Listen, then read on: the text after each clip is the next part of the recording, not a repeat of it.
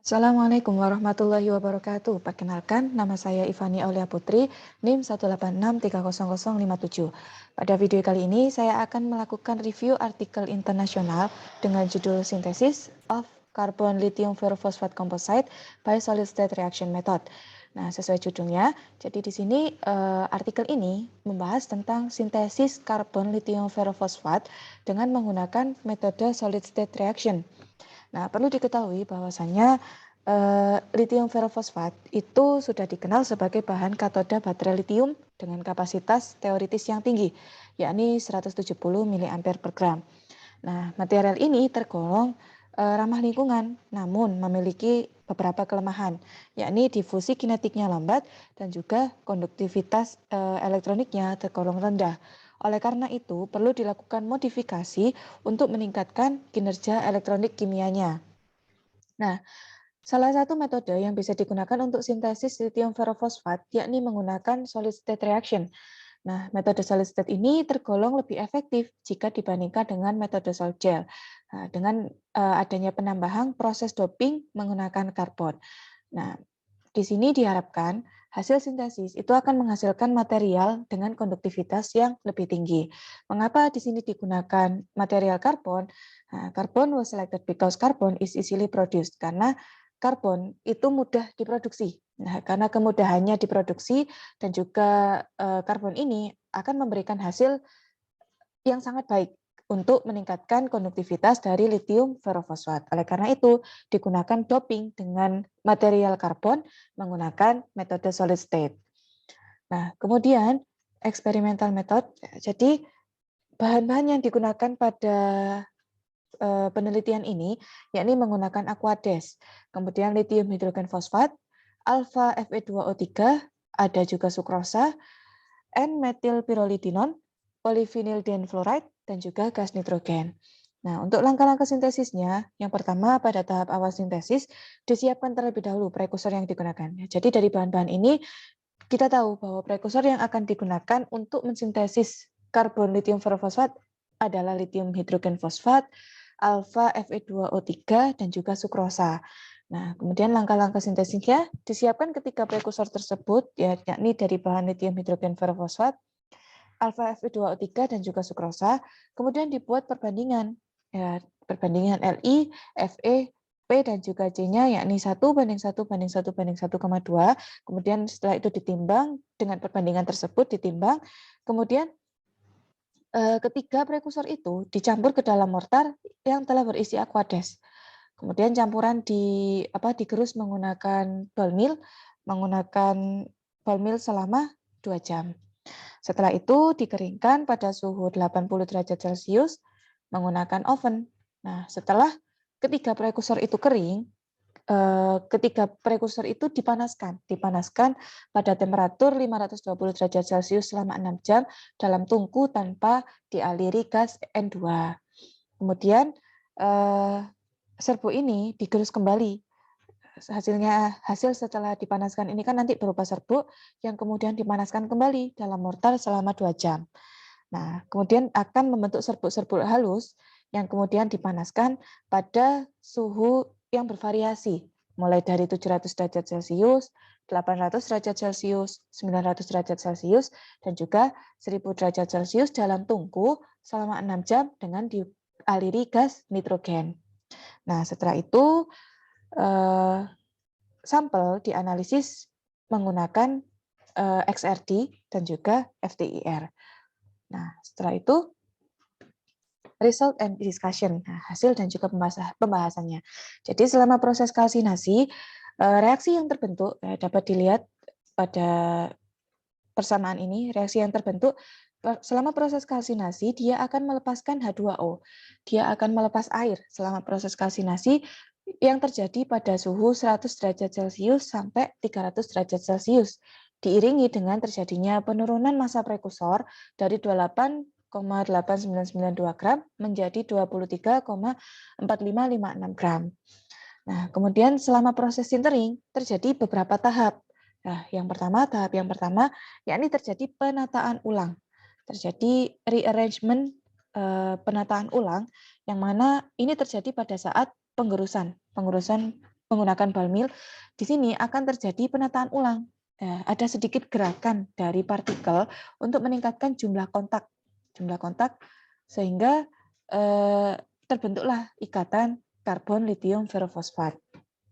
Kemudian yang kedua, tahap yang kedua setelah terjadi penataan ulang, tahap yang kedua yakni bertambahnya ukuran partikel. Setelah terjadi peningkatan kontak antar partikel dan terbentuk ikatan karbon litium ferrofosfat, kemudian bertambahlah ukuran-ukuran partikel. Nah, porositasnya akan berkurang sehingga terjadi penyusutan. Nah, bisa dilihat pada gambar ini merupakan gambar serbuk sintering ya, dari yang A ini 700 pada suhu 700 derajat Celcius, yang B 800 derajat Celcius, yang C 900 derajat Celcius, dan yang D pada suhu 1000 derajat Celcius. Nah, di sini porositasnya berkurang dan terjadi penyusutan. Nah, tanda telah terbentuknya material komposit karbon litium ferrofosfat, yakni berubahnya warna menjadi kehitaman. Nah, pada gambar B dan gambar C ini terjadi penyusutan. Kemudian pada gambar D terlihat bahwa material komposit itu telah terbentuk dan terjadi pemadatan dan pengerasan material. Hal ini akibat tingginya suhu sintering sehingga mengubah struktur material karbon litium ferrofosfat menjadi lebih padat dan menjadi kehitaman. Nah, kemudian setelah terbentuk material komposit karbon litium ferrofosfat, diamati permukaan karbon litium ferrofosfat menggunakan pembesaran 100 kali pada masing-masing variasi suhu. Nah, pada yang pertama, gambar yang pertama yakni pada variasi suhu 700 derajat Celcius, gambar yang ditunjukkan terlihat bahwa permukaannya masih terlihat halus. Masih terlihat permukaan yang halus. Kemudian ketika suhunya 800 derajat Celcius mulai tampak permukaan-permukaan kasar. Kemudian pada suhu gambar C, suhu 900 derajat Celcius, semakin terlihat adanya pengerasan. Ya, semakin material-material kasarnya semakin terlihat, dan pada suhu 1000 yang tertinggi pada gambar D itu semakin terlihat pengerasan dan semakin terlihat detail-detail kasar pada permukaan karbon litium ferrofosfat. Nah, semakin tinggi suhu sintering, maka akan semakin tampak. Hal ini berarti semakin banyak karbon litium ferrofosfat yang semakin terbentuk. Semakin tinggi suhu sintering, maka semakin sempurna terjadinya pembentukan karbon litium ferrofosfat. Nah, kemudian di sini juga dapat dilihat konduktivitas dari karbon litium ferrofosfat pada masing-masing suhu sintering. Nah, konduktivitas ini terjadi seiring dengan peningkatan suhu sintering. Semakin tinggi suhu sintering, maka akan semakin terbentuk struktur kristal dari karbon litium ferrofosfat, di mana pada struktur kristal ini ikatan antar partikel serbuk itu akan saling mengikat pada kondisi tersebut. Nah, pada tabel ini kita bisa lihat tabel konduktivitas dari karbon litium ferrofosfat pada suhu sintering 700, 800, 900, dan 1000 derajat Celcius. Pada suhu 700 dan juga 800, ternyata konduktivitas dari karbon litium ferrofosfat ini tidak dapat dideteksi oleh perangkat. Hal ini karena perangkat hanya mampu membaca hingga 10 pangkat 6 Siemens per cm, sehingga pada suhu ini 700 dan 800 ini tidak terbaca. Nah, kemudian barulah pada suhu 900 derajat Celcius itu sudah mulai terbaca, yakni konduktivitasnya sebesar 2 kali 10 pangkat min 4, dan pada suhu 1000 konduktivitasnya sebesar 4 kali 10 pangkat min 4. Nah, kemudian setelah itu dilakukan karakterisasi. Nah, ini adalah hasil karakterisasi menggunakan XRD. Diketahui dari gambar ini pola difraktogram sinar X dari variasi suhu sintering. Ya, di sini ada dua sampel yang digunakan, yakni variasi suhu sintering 900 derajat Celcius dan juga 1000 derajat Celcius.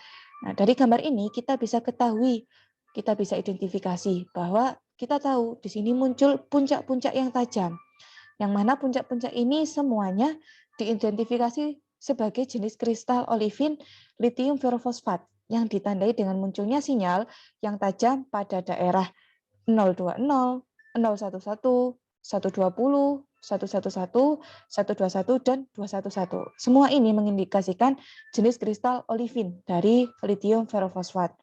Tetapi intensitas relatifnya dari jumlah puncak ini antara sampel yang 900 dan juga 1000 ada perbedaan. Nah, hal ini pengaruhnya nanti ke ukuran kristal. Ada juga kemungkinan sinyal yang tidak cocok, ini kemungkinan karena adanya pengotor pada sampel tersebut. Nah, kemudian setelah dilakukan karakterisasi menggunakan XRD, dilanjutkan karakterisasi menggunakan FITR. Nah, nanti kita dari FITR ini kita bisa tahu gugus fungsi apa saja sih yang ada dari sampel tersebut. Nah, seperti pada gambar A dan juga gambar B.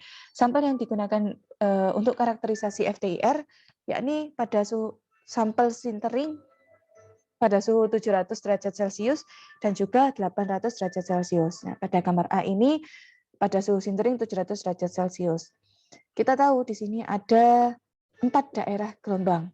Ya, yang pertama pada daerah 3419,7, kemudian yang mana pada daerah ini diidentifikasi sebagai gugus OH, vibrasi atau regangan gugus OH. Kemudian pada daerah 2349,1 tampak adanya gugus POH yang tidak terprotonasi. Nah, kemudian pada daerah ini, daerah 1039,4 dan 650,9 terlihat adanya daerah gugus PO4 3-. Kemudian pada gambar B, pada suhu sintering 800 derajat Celcius terdapat sedikit perbedaan.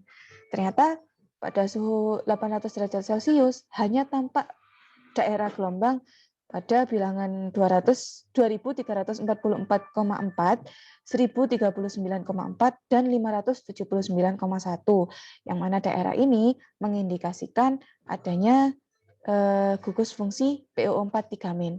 Nah, ada sedikit perbedaan yang mana pada suhu 800 derajat Celcius ini tidak tampak lagi adanya gugus OH, tidak ditemukan adanya gugus OH dan juga gugus POH, sehingga dapat disimpulkan bahwa pada suhu sintering 800 derajat Celcius ini menyebabkan hilangnya pengotor seperti OH.